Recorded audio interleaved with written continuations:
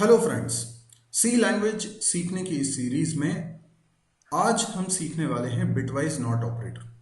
बहुत सारे रिक्वेस्ट मेरे पास आ रही थी। बिटवाइज नॉट ऑपरेटर में खासी दिक्कत महसूस करते हैं स्टूडेंट्स, तो इस ऑपरेटर को आज मैं एक्सप्लेन करने जा रहा हूं।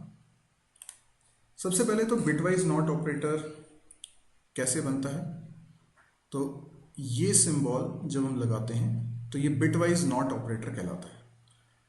फॉर एग्जाम्पल, मैंने एक वेरिएबल बनाया इंट x, ठीक है।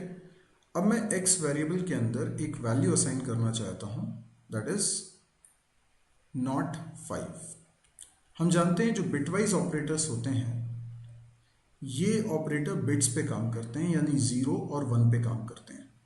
तो अगर मुझे x में असाइन करना है बिटवाइज नॉट 5, तो बेसिकली 5 एक नंबर है, इंटीजर वैल्यू है, ये ऑपरेंड है इस बिटवाइज नॉट ऑपरेटर का। तो ये बिटवाइज नॉट एक यूनरी ऑपरेटर भी है। बिटवाइज ऑपरेटर होने के साथ साथ ये यूनरी ऑपरेटर भी है। तो इस बात को ध्यान रखिएगा कि बिटवाइज नॉट एक तो बिटवाइज ऑपरेटर है इसके बिहेवियर के कारण, और दूसरा ये यूनरी ऑपरेटर भी है। यूनरी ऑपरेटर हम उनको बोलते हैं जिनको अपना काम करने के लिए एक ही ऑपरेंड की जरूरत पड़ती है। तो अब पहले हम इसको सॉल्व कैसे करेंगे, हमें ये बताना है कि x में क्या वैल्यू आएगी। अगर मैं एक प्रिंटफ स्टेटमेंट लिखूं और मैं ये प्रिंट करना चाहूं कि x की वैल्यू क्या है, तो मैं लिखूंगा %d और इसके बाद यहां पर लिख दूंगा x। तो x की वैल्यू यहां प्रिंट हो जाएगी। ओके, अब देखिए, सबसे पहले आपको करना है 5 का बाइनरी, क्योंकि ये बिटवाइज ऑपरेटर है, बाइनरी नंबर्स पे काम करता है। अब अगर आप में से कुछ लोग टर्बो पे काम कर रहे हैं, ठीक है, आप लोग कोडिंग किस पे करते हैं, टर्बो पे। अगर टर्बो C3, तो फिर आप 16 बिट के कंपाइलर को यूज कर रहे हैं, तो वहां इंट वेरिएबल या इंट टाइप का डेटा 2 बाइट्स मेमोरी लेता है, ठीक है। लेकिन अगर आप 32 बिट या 64 बिट के किसी कंपाइलर को यूज कर रहे हैं, जैसे कि मैं यूज कर रहा हूं कोड ब्लॉक्स को, कोड ब्लॉक्स या डेव CPP या विजुअल स्टूडियो पे, तो ये 4 बाइट्स की मेमोरी लेता है। कौन, इंटीजर। अब ये फर्क को आप ध्यान रखिएगा। मुझे नहीं मालूम आप किस पे काम कर रहे हैं, हो सकता है टर्बो पे, हो सकता है कोड ब्लॉक्स पे। तो मैं अभी आपको कोड ब्लॉक्स के हिसाब से बता रहा हूं, पर यही बात टर्बो के हिसाब से भी लागू होती है। बस फर्क इतना है कि एक इंटीजर वैल्यू को मेमोरी में रिप्रेजेंट करने के लिए टर्बो के अंदर 2 बाइट्स लगती हैं और कोड ब्लॉक्स में 4 बाइट्स लगती हैं। तो अभी मैं कोड ब्लॉक्स के हिसाब से बता रहा हूं। तो 5 को जब बाइनरी में रिप्रेजेंट करेंगे तो ये 4 बाइट्स में रिप्रेजेंट होगा। 4 बाइट का मतलब होता है 32 बिट्स। तो मैं यहां पे 0 लिखने वाला हूं। कितने 0 लिखने वाला हूं, ये देखिए 32 बिट्स मुझे लिखना था, तो अभी मैं 24 0 बना चुका हूं। फिर एक और, एक और, एक और, 28 0 हो चुके हैं।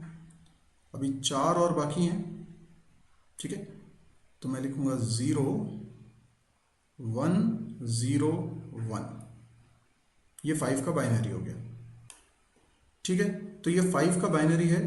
हमको समझ में आया 5 का बाइनरी क्या होता है। वैसे तो हम बोलते हैं सिर्फ 101, लेकिन कभी भी ये गलती मत करिएगा। बिटवाइज ऑपरेटर को सॉल्व करते वक्त आपको ये समझना जरूरी है कि एक इंटीजर वैल्यू कितने बिट्स में रिप्रेजेंट होती है। तो अगर आप टर्बो पे काम कर रहे हैं तो सिर्फ आप ये जो लास्ट वाले 16 बिट हैं इन्हीं को कंसिडर करिएगा, क्योंकि 2 बाइट्स का मतलब होता है 16 बिट्स। अच्छा, अभी मैंने 5 का बाइनरी किया है। अब मैं इस पर नॉट ऑपरेटर अप्लाई करता हूं। तो मैंने लिखा नॉट 5। नॉट 5 का मतलब हुआ, नॉट ऑपरेटर क्या करता है, बिटवाइज नॉट क्या करता है, 1 को 0 और 0 को 1 बनाता है। तो जितने भी 0 हैं उन सबको 1 कर दिया जाएगा। अब देखिए, अकेला 101 लिखते अगर, तो आपका आंसर हो जाता 010, पर वो गलत होता, क्योंकि आपने पूरे 32 बिट्स में जब रिप्रेजेंट किया तो आपको पता चला कि यार 0 तो बहुत सारे हैं और हर एक 0 को 1 बनाना पड़ेगा, जैसे मैं बना रहा हूं। तो ये जो नंबर बनकर आएगा ये होगा नॉट 5, यानी बिटवाइज नॉट ऑपरेटर हमने अप्लाई कर दिया। ये 1 का 0 हो गया, 0 का 1, ठीक है। हमें ये पता लगाना है कि ये नंबर एग्जैक्टली क्या है।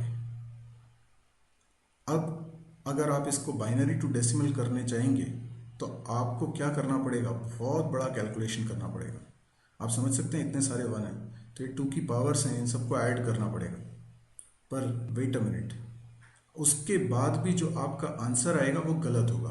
क्यों? क्योंकि इन सबको ऐड करके जो रिजल्ट आएगा वो आपके हिसाब से एक पॉजिटिव नंबर होगा। लेकिन आपको एक और जानकारी होनी चाहिए, जब कभी पहली वाली बिट, जिसको हम मोस्ट सिग्निफिकेंट बिट भी बोलते हैं, मोस्ट सिग्निफिकेंट बिट, अगर ये जीरो होती है तो मतलब है नंबर पॉजिटिव है, और अगर ये 1 होती है तो इसका मतलब है नंबर नेगेटिव है। तो नॉट ऑपरेटर के अप्लाई करने से मोस्ट सिग्निफिकेंट बिट 0 से 1 हो गई, जिसका मतलब नंबर पॉजिटिव से नेगेटिव हो गया। तो अब बड़ी मुश्किल हो गई कि ये नंबर हम बाइनरी में जो देख रहे हैं ये नेगेटिव नंबर है, इसका डेसिमल रिप्रेजेंटेटिव क्या होगा। तो मैं आपको बताऊं, पहले तो ये जानकारी होनी चाहिए कि नेगेटिव नंबर्स मेमोरी में रिप्रेजेंट कैसे होते हैं।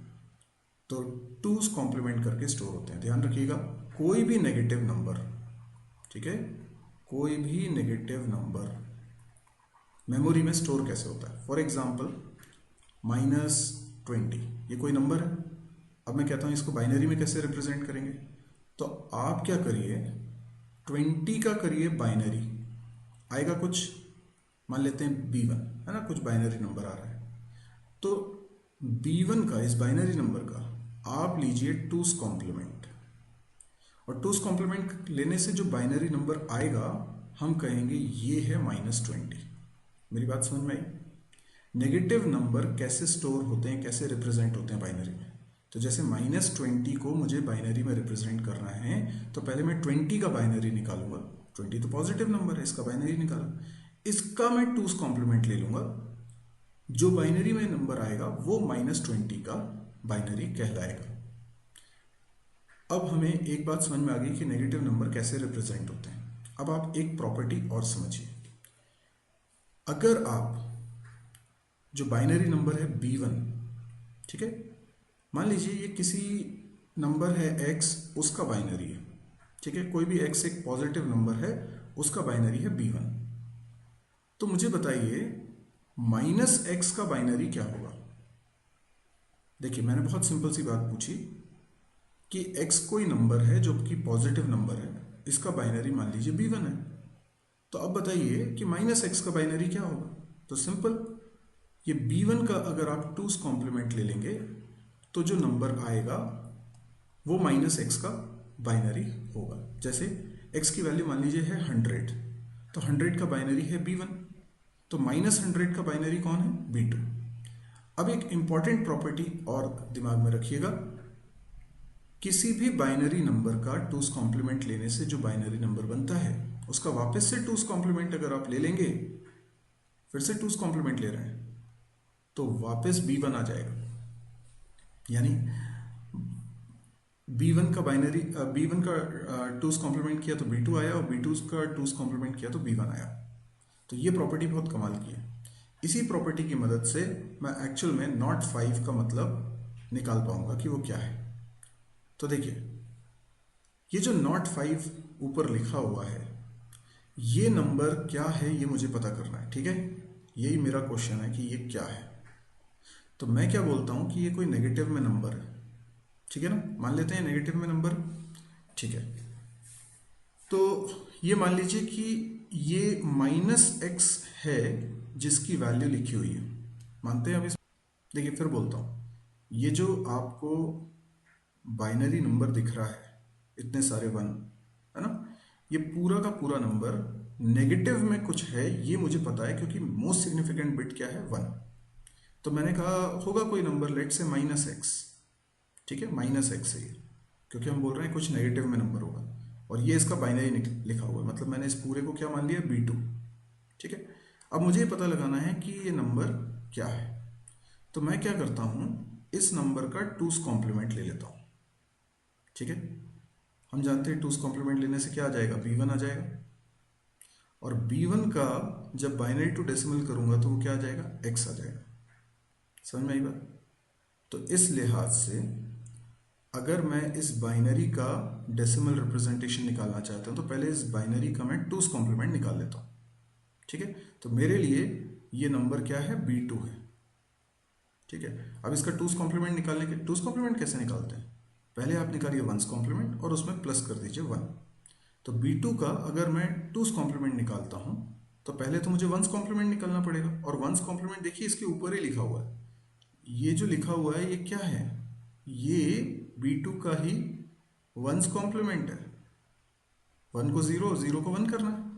अच्छा, इस नंबर में मैं अगर 1 जोड़ दूंगा तो ये B2 का क्या आ जाएगा, 2's कॉम्प्लीमेंट आ जाएगा। तो इस नंबर में मैं क्या जोड़ने वाला हूँ, 1। अब जरा इसमें 1 जोड़ के देख लीजिए, इसमें प्लस कर दीजिए 1, क्या आ जाएगा नंबर, जरा उसको बताइए। तो ये लास्ट में हो जाएगा 110। ठीक है, नीचे लिख लेता हूँ 110। ठीक है ना, 101 में 1 ऐड करके देख लीजिए 110, और बाकी सब क्या होंगे, 0। ठीक है, बाकी सब 0 होंगे। तो ये जो नंबर बना ये क्या है, ये B1 हो गया, क्योंकि अगर ये पूरा B2 था तो B2 का 2's कॉम्प्लीमेंट लेने से क्या बन गया, B1। और B1 का डेसिमल नंबर निकालें, यानी बाइनरी टू डेसिमल कन्वर्ट करें, तो ये आता है 6। यस, तो इसका मतलब क्या हुआ, इसका मतलब हुआ कि B1 है 6, तो फिर ये B2 क्या हुआ, -6। यस, तो इसका मतलब ये जो नंबर हम देख रहे हैं ये नंबर कौन सा है, -6। क्या आपको बात समझ में आई? देखिए थोड़ा सा टफ तो है, कॉम्प्लिकेटेड है। अगर आपको दिक्कत जा रही है तो आप इस वीडियो को दोबारा देखें, और फिर मैं आपको एक और क्वेश्चन देता हूँ, देखते हैं उसका आंसर आप कर पाते हैं या नहीं कर पाते हैं। देखिए, जैसे मेरे पास कोई वेरिएबल x है और मैं कहता हूँ नॉट 12। ठीक है, तो अब मुझे ये पता लगाना है कि x में क्या वैल्यू जाएगी। तो सबसे पहले मैं 12 का करूँगा बाइनरी। ठीक है, 12 का बाइनरी करते हैं। ऐसे करके कितने, 24 0 तो मैं अलग ही लिख देता हूँ, 24 zeros, 24। उसके बाद लास्ट का जो 1 बाइट है उसको लिख रहा हूँ 0 0 0 0 1 1 0 0। ठीक है, अच्छा, अब नॉट 12 ये कितना होगा, तो ये सारे तो 1 हो जाएंगे, कितने, 24। ठीक है, ये 24 1 लिखे हैं मैंने, और उसके बाद फिर ये भी 1 1 1 1 0 0 1 1। ये हो गया 12 का, 12 के ऊपर नॉट ऑपरेटर जब आपने अप्लाई किया। अब मुझे पता लगाना है कि नंबर एग्जैक्टली क्या है, तो मैं क्या बोलता हूँ कि ये नंबर को आप मान लो B2, क्योंकि ये नेगेटिव में कुछ आने वाला है, क्योंकि पहली बिट इसकी 1 है, तो ये कुछ नेगेटिव में नंबर। तो मैं कहता हूँ ये नंबर है -x, और इसका बाइनरी है ये, है ना, तो ये B2 है। अब मुझे क्या निकालना है, B1, 2's कॉम्प्लीमेंट निकाल कर। तो B1 निकालते हैं। B1 कैसे निकालेंगे, इसका 1's कॉम्प्लीमेंट तो इसके ऊपर ही लिखा हुआ है, उसमें 1 ऐड कर देंगे। तो B1 कितना होगा, तो B1 आ जाएगा 0 0 0 0 0, कितने, 24 0 तो लिखना ही है, ये 24 zeros। ठीक है, और लास्ट में 0 0 0 0 1 1 0 1। देखिए आपने 1 ऐड किया होगा ना, तो देखिए B2 का 2's कॉम्प्लीमेंट हमने निकाल लिया। तो B2 का 2's कॉम्प्लीमेंट, अब आप इस बाइनरी को डेसिमल में कन्वर्ट करिए, तो ये वैल्यू क्या आ रही है बताइए, तो 13। यस, 13। तो ये 13 है, ये कितना है, 13। तो x कितना आ गया, 13। तो ये डेफिनेटली क्या होगा, -13।